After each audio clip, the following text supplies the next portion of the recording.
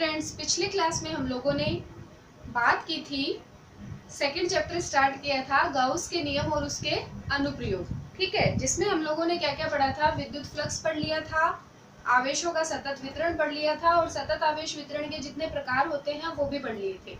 ठीक है, आज उसके आगे की चीज पढ़ते हैं। आगे की चीज क्या है, देखिए, सतत आवेश वितरण के कारण विद्युत क्षेत्र। ठीक है, तो हम लोगों ने क्या पढ़ा था, इसको एक बार के लिए रहने दीजिए, इस साइड की बात कर रही हूँ मैं। रेखीय आवेश घनत्व के लिए हम लोगों ने लैम्डा पढ़ा था dq अपॉन dl, अर्थात एकांक लंबाई में आवेशों की मात्रा। ठीक है, पृष्ठीय आवेश घनत्व के लिए हम लोगों ने कहा था एकांक क्षेत्रफल में आवेशों की मात्रा, और आयतन आवेश घनत्व के लिए क्या कहा था, एकांक आयतन में आवेशों की मात्रा। रेखीय आवेश घनत्व को लैम्डा से लिखते हैं, पृष्ठीय आवेश घनत्व को सिग्मा से लिखते हैं और आयतन आवेश घनत्व को रो से लिखते हैं। उसके बाद हम लोगों ने पिछले चैप्टर में क्या पढ़ा था कि एक बिंदु आवेश के कारण विद्युत क्षेत्र की तीव्रता, जिसका फॉर्मूला हम लोगों ने पढ़ा था KQ अपॉन R स्क्वायर। ठीक है, जैसा कि यहाँ लिखा हुआ है। फिर K को अपन क्या लिख सकते हैं, 1 अपॉन 4 पाई एप्सिलॉन नॉट लिख सकते हैं। लेकिन अगर इसको किसी अल्पांश के कारण लिया जाए तो लिखने का तरीका क्या रहेगा, DE बराबर 1 upon 4 pi epsilon not DQ upon R square. और हम लोग अच्छे से जानते हैं कि यदि अल्पांश के बारे में पता हो तो कुल ज्ञात करने के लिए क्या किया जाता है, समाकलन किया जाता है। तो मैंने यहाँ पर इसको समाकलन के पदों में लिखा, 1 अपॉन 4 पाई एप्सिलॉन नॉट समाकलन किसका, DQ अपॉन R स्क्वायर का। अब आवेश वितरण के कारण विद्युत क्षेत्र ज्ञात करना है, तो हम लोगों का मेन पर्पस क्या होगा कि इस DQ का जो मान है वो आवेश वितरणों के कारण प्राप्त किया जाए। देखिए, अगर हम रेखीय आवेश घनत्व की बात करते हैं तो लैम्डा बराबर DQ अपॉन DL होता है।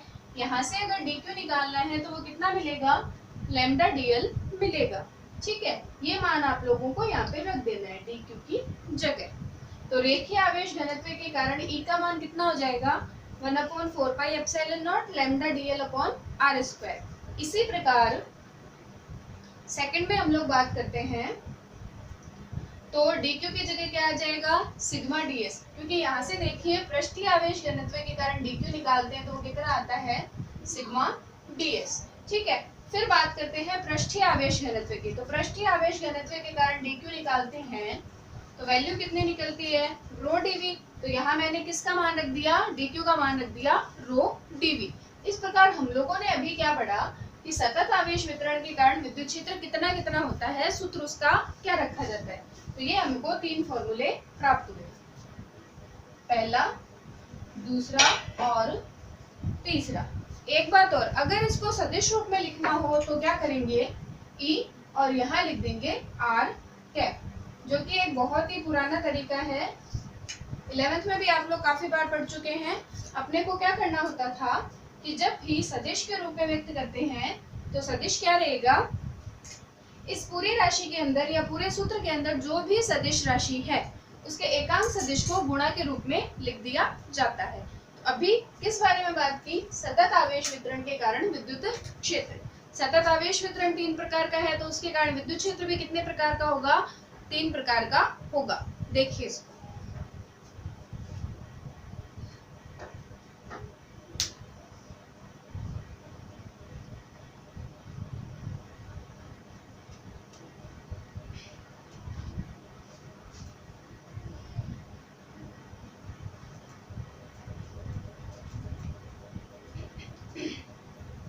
उसके बाद हम लोग बात करते हैं अगले टॉपिक की। अगला टॉपिक कौन सा है, जो कि चैप्टर का नाम है गाउस का नियम और उसके अनुप्रयोग। तो अब हम मेनली जो पाठ का नाम है उसके हिसाब से हम लोग पढ़ना चालू करते हैं। अभी हम क्या पढ़ेंगे, गाउस का नियम।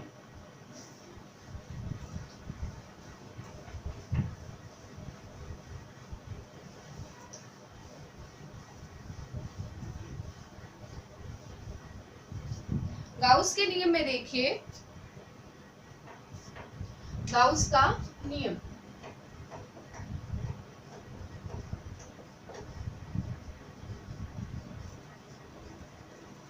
ये नियम क्या कहता है, ये नियम हमेशा बंद पृष्ठ की बात करता है। ठीक है, इस नियम के अनुसार क्या होता है कि विद्युत क्षेत्र में स्थित किसी भी काल्पनिक बंद पृष्ठ के कारण जो कुल फ्लक्स है या उस काल्पनिक बंद पृष्ठ से संबद्ध जो कुल फ्लक्स है उसका मान कुल आवेश और निर्वात की विद्युतशीलता पर डिपेंड करता है। किस प्रकार से डिपेंड करता है उसके बारे में हम लोग अभी बात करेंगे। गाउस का नियम क्या कहता है कि किसी काल्पनिक बंद पृष्ठ के कारण किसी काल्पनिक बंद पृष्ठ के कारण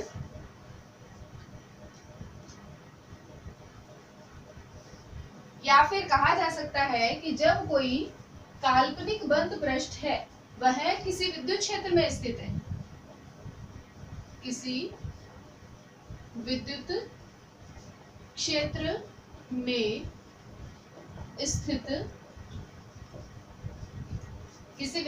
में स्थित किसी काल्पनिक बंद पृष्ठ से संबद्ध का मतलब है जुड़ा हुआ, ठीक है।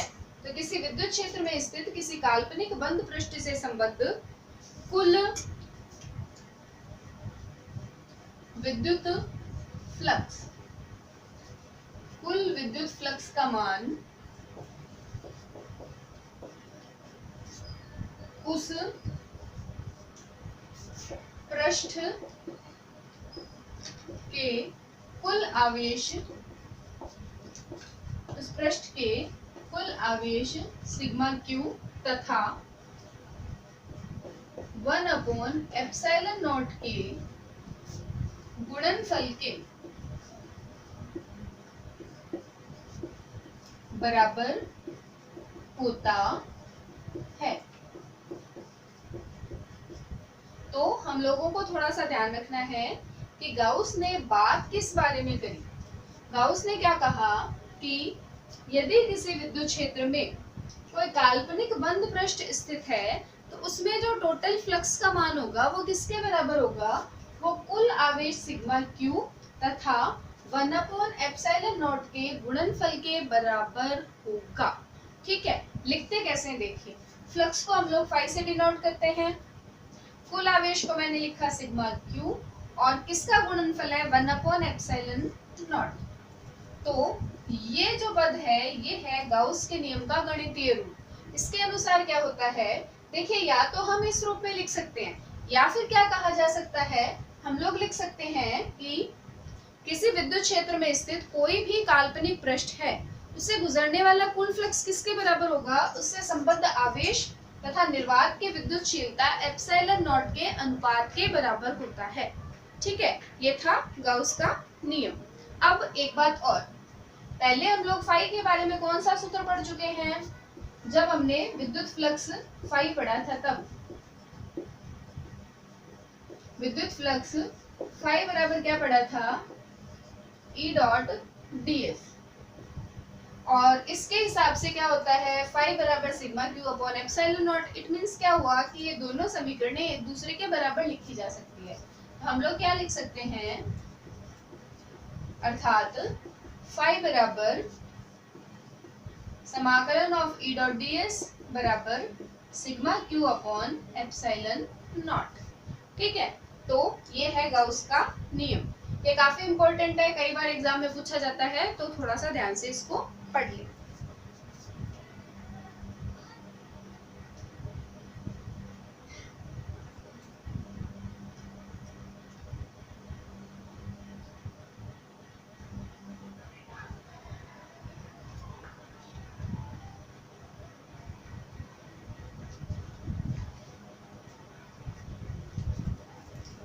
अब तक पढ़ लिया होगा गाउस का नियम क्या था, एक बार फिर रिपीट कर देती हूँ कि विद्युत क्षेत्र में स्थित किसी काल्पनिक बंद पृष्ठ से संबद्ध कुल फ्लक्स का मान सिग्मा क्यू अपॉन ε0 द्वारा प्रदर्शित किया जाता है, ठीक है। इसके बाद हम कुछ ऐसी बातें पढ़ते हैं जो गाउस के नियम में बहुत ज्यादा काम आती है, ठीक है। देखिए ज्यादा काम में आने वाली बातें कौन सी है कि एक तो हम लोगों ने ये कहा काल्पनिक बंद पृष्ठ।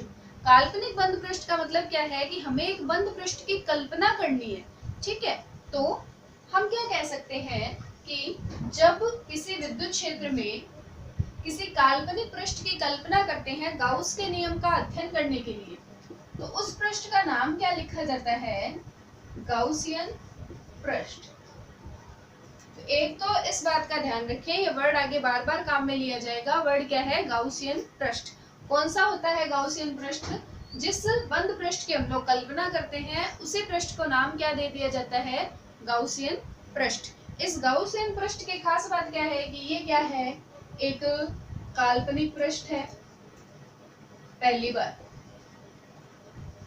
ये क्या है? एक काल्पनिक पृष्ठ है। दूसरी बात, स्वैच्छिक है।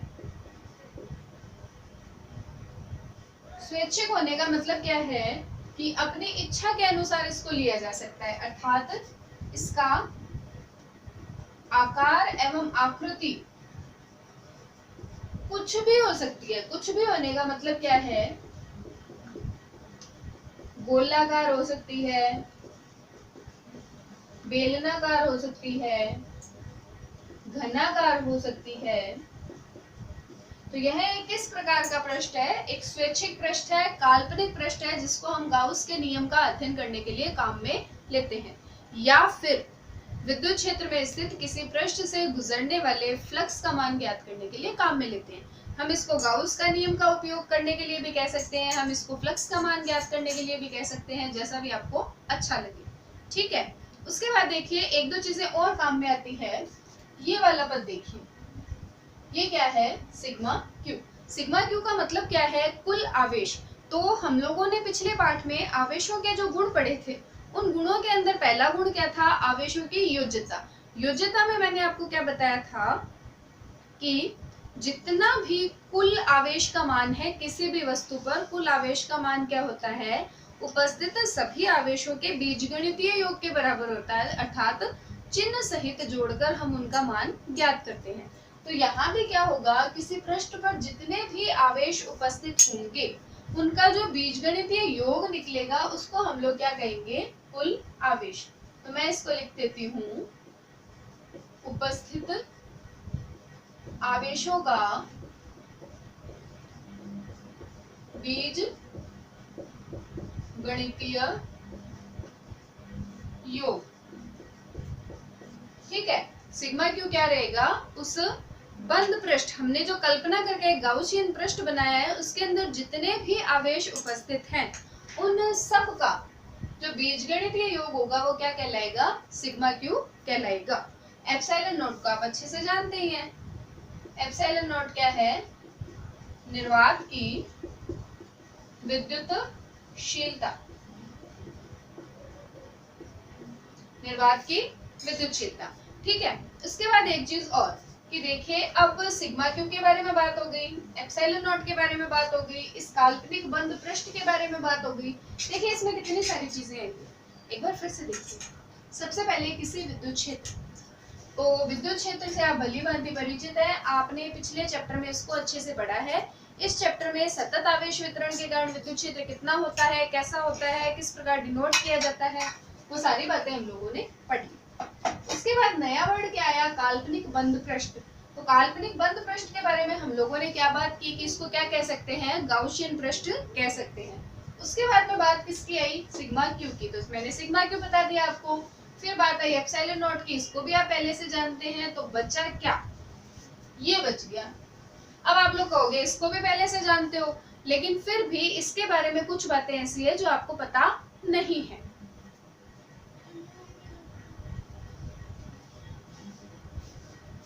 वो बातें कौन सी है? देखिए, कोई भी फाई विद्युत फ्लक्स है उसके बारे में हम क्या कह सकते हैं कि किसी बंद पृष्ठ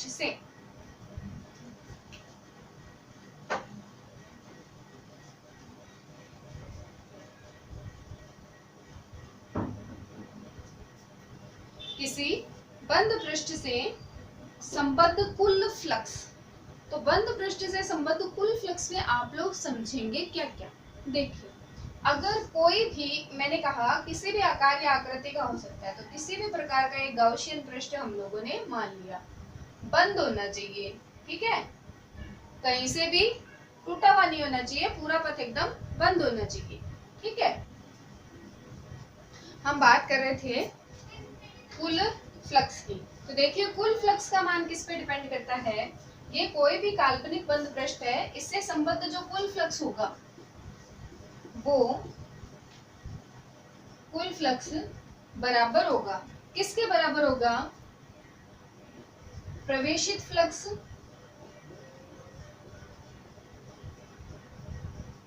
प्लस निर्गत फ्लक्स, प्रवेशित फ्लक्स प्लस निर्गत फ्लक्स। इसका मतलब क्या हुआ कि कुल फ्लक्स का मान किसी भी बंद पृष्ठ में कितना फ्लक्स प्रवेश करता है और कितना फ्लक्स निर्गत होता है, उन दोनों के जोड़ के बराबर होता है। एक बात और ध्यान रखनी है कि किसी भी बंद पृष्ठ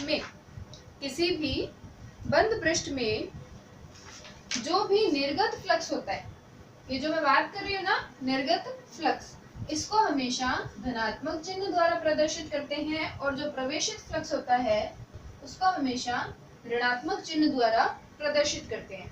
तो कुल फ्लक्स का मान किसके बराबर होगा, किसी भी बंद पृष्ठ से कितना फ्लक्स निर्गत हुआ और कितना फ्लक्स प्रवेशित हुआ, इन दोनों के जोड़ के बराबर।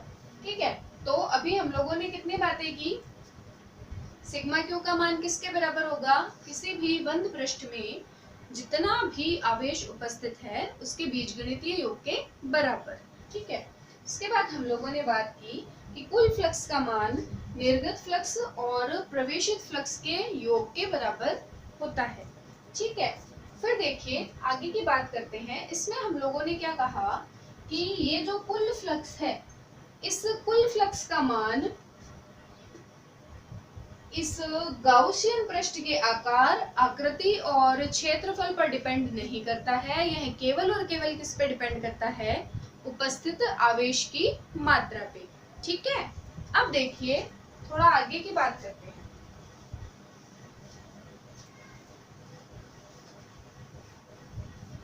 अगर मैं ऐसा कहूं कि किसी काल्पनिक बंद पृष्ठ से संबद्ध आवेश का मान 0 है, काल्पनिक बंद पृष्ठ से संबद्ध आवेश का मान 0 है, तो आप इस सूत्र के हिसाब से आराम से देख सकते हैं कि यदि आवेश का मान 0 है तो विद्युत फ्लक्स का मान भी कितना होगा, 0 होगा। ठीक है, तो एक बात ये है। इसके आगे की बात अगर की जाए तो हम लोग क्या कह सकते हैं कि गाउस का नियम जो है वो केवल और केवल उन क्षेत्रों के लिए वैध होता है जो व्युत्क्रम वर्ग नियम का पालन करते हैं। एक बात ये भी आपको ध्यान रखनी है कि गाउस का नियम वैध किन के लिए है, वे क्षेत्र जो व्युत्क्रम वर्ग नियम का पालन करते हैं, वे क्षेत्र जो व्युत्क्रम वर्ग नियम का पालन करते हैं उनके लिए गाउस का नियम लागू होता है। अभी एक चीज मैंने आपको बताई कि अगर आवेश का मान 0 है तो फ्लक्स का मान भी 0 होगा। तो ये कब होगा कि भाई यदि आवेश का मान 0 है ना तो फाई का मान भी 0 ही होगा। लेकिन ये जो काल्पनिक बंद पृष्ठ है ये स्थित कहाँ है, विद्युत क्षेत्र में। तो हम लोगों को विद्युत क्षेत्र की बात भी करनी पड़ेगी कि ऐसा हमेशा होगा, चाहे जो विद्युत क्षेत्र है वह सममित हो या असममित हो, दोनों ही स्थितियों में क्या रहेगा, अगर आवेश का मान 0 है तो फाई का मान हमेशा 0 ही रहेगा। ठीक है, उसके बाद एक चीज और कि अगर हम ये बंद पृष्ठ की बात करते हैं तो इनसे जो फाई निकलेगा ना, इसमें हमेशा सिग्मा क्यू रहता है, क्योंकि एप्सिलॉन नॉट तो क्या है, एक कांस्टेंट है। तो डिपेंडेंसी प्योरली किस पे होगी, सिग्मा क्यू पे। तो यहाँ देखिए मैं कोई Q1 आवेश लिख दूं, Q2 लिख दूं, Q3 लिख दूं, Q4 लिख दूं, Q5 लिख दूं, Q6 लिख दूं, Q7 लिख दूं। मैंने मेरी मर्जी से कितने भी आवेश यहाँ पर लिख दिए। तो इस फाई में कंट्रीब्यूशन किन किन आवेशों का होगा वो देखिए। हम लोगों ने क्या कहा था कि पृष्ठ के कुल आवेश, मतलब पृष्ठ के अंदर जितना आवेश है उस पर डिपेंड करता है। तो यहाँ देखिए ये जो 5 होगा उसको कौन कौन से आवेश इफेक्ट करेंगे। ये पृष्ठ है, इस पृष्ठ के अंदर कौन कौन से आवेश है, Q1, Q2, Q3। तो 5 की डिपेंडेंसी केवल और केवल किस पर रहेगी, Q1, Q2 और Q3 पर, जबकि Q4, 5, 6 और 7 उसको बिल्कुल भी इफेक्ट नहीं करेंगे। इसका मतलब क्या हुआ कि अगर आप पृष्ठ से संबद्ध फ्लक्स पढ़ रहे हैं तो क्या होगा, पृष्ठ के बाहर स्थित जितने भी आवेश हैं उनका पृष्ठ से संबद्ध फ्लक्स फाई में कोई भी योगदान नहीं होगा। ठीक है, उसके बाद एक चीज और बता देती हूँ मैं आपको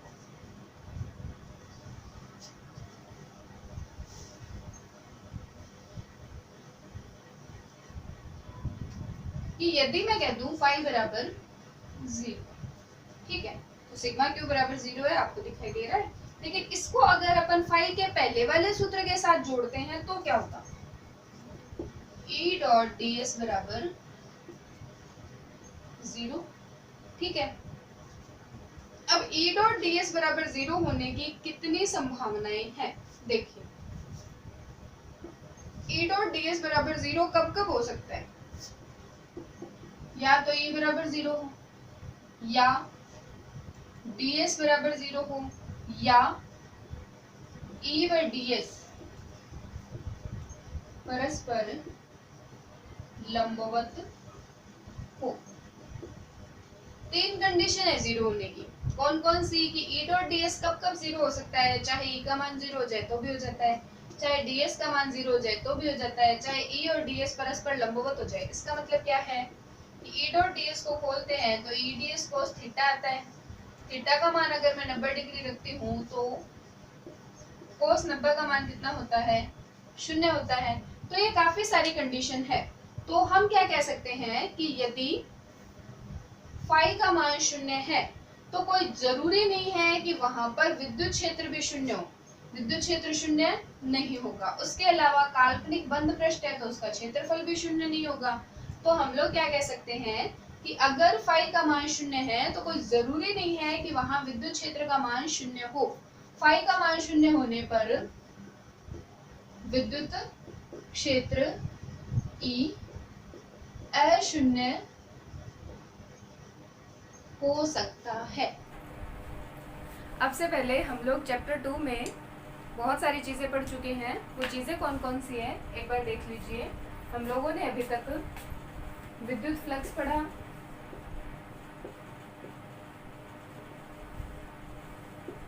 सतत आवेश वितरण पढ़ा,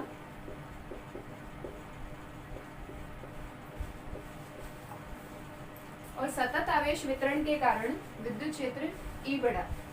गाउस का नियम भी हम लोग पढ़ चुके हैं। गाउस का नियम अभी हम लोग क्या पढ़ने वाले हैं, कूलोम नियम से गाउस नियम की व्युत्पत्ति। उसके लिए हम लोगों को क्या चाहिए कि सबसे पहले हम एक धनावेश लेते हैं Q, जो कि किसी बिंदु O पर स्थित है। अब कूलोम के नियम से गाउस के नियम की व्युत्पत्ति हो रही है तो थोड़ा सा ध्यान रखना पड़ेगा कि कौन कौन सी चीजें काम में ली जाएगी।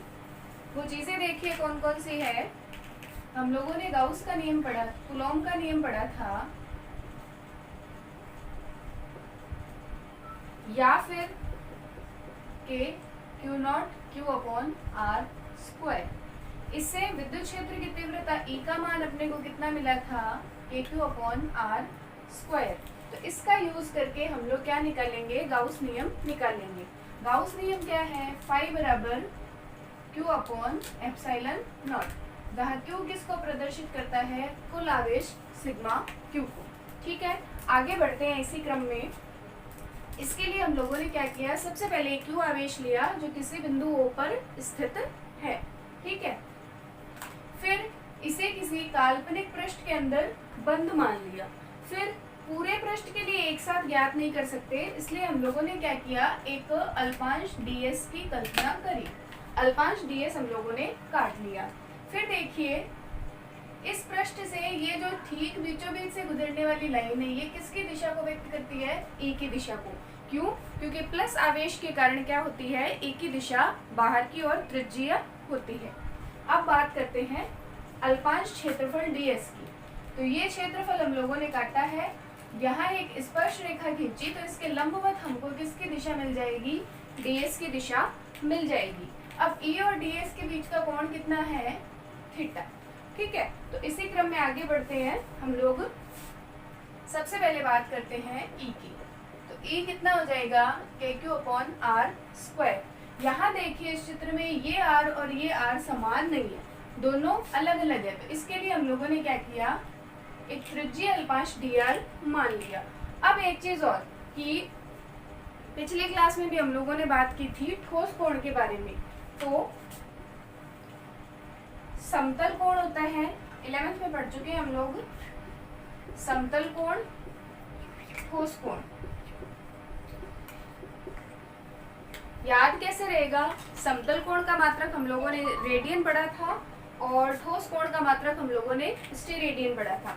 अंतर क्या है, समतल कोण हमेशा 2 डायमेंशन में होता है और ठोस कोण हमेशा 3 डायमेंशन में होता है। बनाने का तरीका क्या है कि उसके त्रिज्या के बराबर क्षेत्रफल,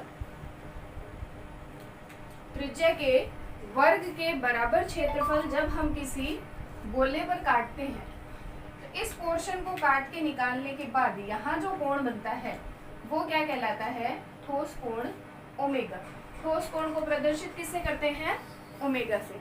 ठीक है, आगे देखिए ओमेगा निकलता है। अब ओमेगा के लिए सूत्र हमेशा क्या लिखा जाता है, ठोस कोण ओमेगा के लिए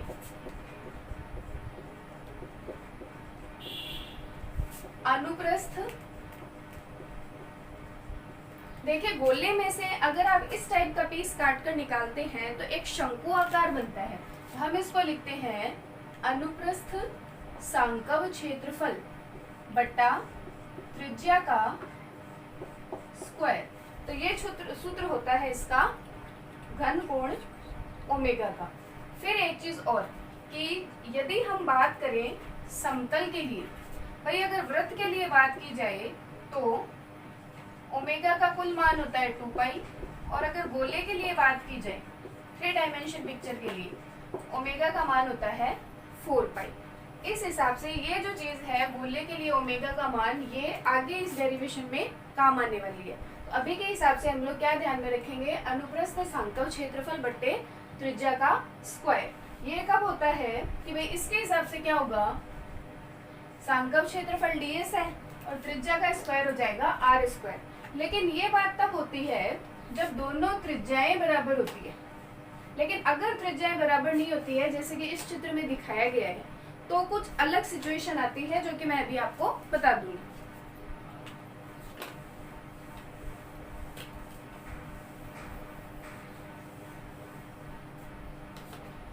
देखिए अब हम बात करते हैं फ्लक्स फाई की। तो फ्लक्स फाई क्या होता है, E dot ds। Dot product जब खोलेंगे तो हमें मिलेगा E ds cos थीटा। ठीक है, अब मान रखते हैं E का मान कहाँ से रखेंगे, कूलॉम के नियम से हम लोगों को जो E प्राप्त हुआ है वहां से रखेंगे। तो KQ/r² ds cos थीटा।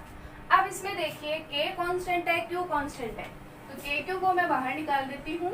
अंदर क्या बचा, ds cos θ/r²। तो जैसा कि हम लोग बात कर चुके हैं घन कोण ओमेगा की, उसको देखिए मैंने कहा था कि सूत्र ds/r² कब होता है, जब दोनों त्रिज्याएं इक्वल होती है। लेकिन यहाँ दोनों त्रिज्याएं इक्वल नहीं है, इसलिए क्या होगा, देखिए इस ds का E की दिशा में घटक लेते हैं। घटक क्या आएगा, ds cos थीटा। तो यहाँ अनुप्रस्थ सांकव क्षेत्रफल क्या कहलाएगा, ds cos थीटा। इस हिसाब से इस चित्र के लिए ओमेगा का मान क्या होगा, ds cos θ/r²। ठीक है, ds cos θ/r²। अब देखिए ये सब किसके लिए है, एक क्षेत्रफल अल्पांश के लिए है। तो ओमेगा को भी हम लोग क्या लिखेंगे, अल्पांश के रूप में लिखेंगे d ओमेगा। देखिए मैं मान रखती हूँ फाई बराबर KQ d ओमेगा। और मैंने आपको अभी थोड़ी देर पहले ही बताया था कि कोई 3D पिक्चर है उसके लिए क्या होगा, d ओमेगा का मान होगा 4 पाई। तो अपने को क्या मिला, के क्यू 4 पाई। के का मान कितना होता है 1/4 पाई एप्सिलॉन नॉट, क्यू का क्यू रह जाएगा और साथ में आ जाएगा 4 पाई। 4 पाई से 4 पाई कैंसिल हो गया, मिला क्या क्यू अपॉन एप्सिलॉन नॉट। तो फाई बराबर अपने को क्या प्राप्त हुआ, क्यू अपॉन एप्सिलॉन नॉट। ये क्या है, गाउस का नियम। ठीक है, इसके लिए आपको ध्यान क्या रखना है, कूलोम के नियम से गाउस के नियम की व्युत्पत्ति कर रहे हैं तो सबसे पहले पता होना चाहिए कि गाउस का नियम ये है, तो हम लोगों को निकालना क्या है, प्राप्त क्या करना है, जाना कहाँ है। ठीक है, उसके लिए काम में क्या लिया हम लोगों ने, कूलोम का नियम। तो कूलोम का नियम किस रूप में काम में लिया, कूलोम के नियम से हम लोगों ने जो विद्युत क्षेत्र की तीव्रता निकाली थी उस रूप में हम लोगों ने कूलोम का नियम काम में लिया है। उसके अलावा एक चीज ये, इसको हम लोगों ने क्या बनाया, डी ओमेगा, और डी ओमेगा का मान कितना होता है 4 पाई। तो ये क्या था, कूलोम के नियम से गाउस नियम की व्युत्पत्ति। अब अगले टॉपिक की बात करते हैं। अगला टॉपिक क्या है, गाउस के नियम के अनुप्रयोग। तो ये जो पूरी यूनिट आपकी है ये 7 मार्क्स की है, जिसमें से 4 नंबर का क्वेश्चन गाउस नियम के अनुप्रयोग में से आता है। अगली क्लास में हम लोग क्या पढ़ेंगे, गाउस के नियम के अनुप्रयोग, जो कि बहुत ज़्यादा इम्पोर्टेंट है। और उसमें से ये जो पूरी आपकी फर्स्ट यूनिट है जिसमें 4 चैप्टर है, तो इसमें ये टोटल 7 मार्क्स की है, तो इसमें से एक 4 नंबर का क्वेश्चन आता है, वो लगभग इस चैप्टर में से आने के चांसेस होते हैं। और आता कौन सा है, गाउस के नियम के अनुप्रयोग में से आता है। तो अगली क्लास में हम लोग बात करेंगे गाउस के नियम के अनुप्रयोग की। तो तब तक आप लोगों का काम क्या है, इस क्लास को या इस क्लास का ये जो वीडियो मैं अपलोड करूंगी इसको आप बार बार देखिए, समझिए, और अगर कोई बात आपको कंफ्यूजन रहता है तो कमेंट बॉक्स में आप लोग बताइए। ठीक है, अगर वीडियो पसंद आता है तो लाइक कीजिए, शेयर कीजिए। Keep watching, keep learning, all the best.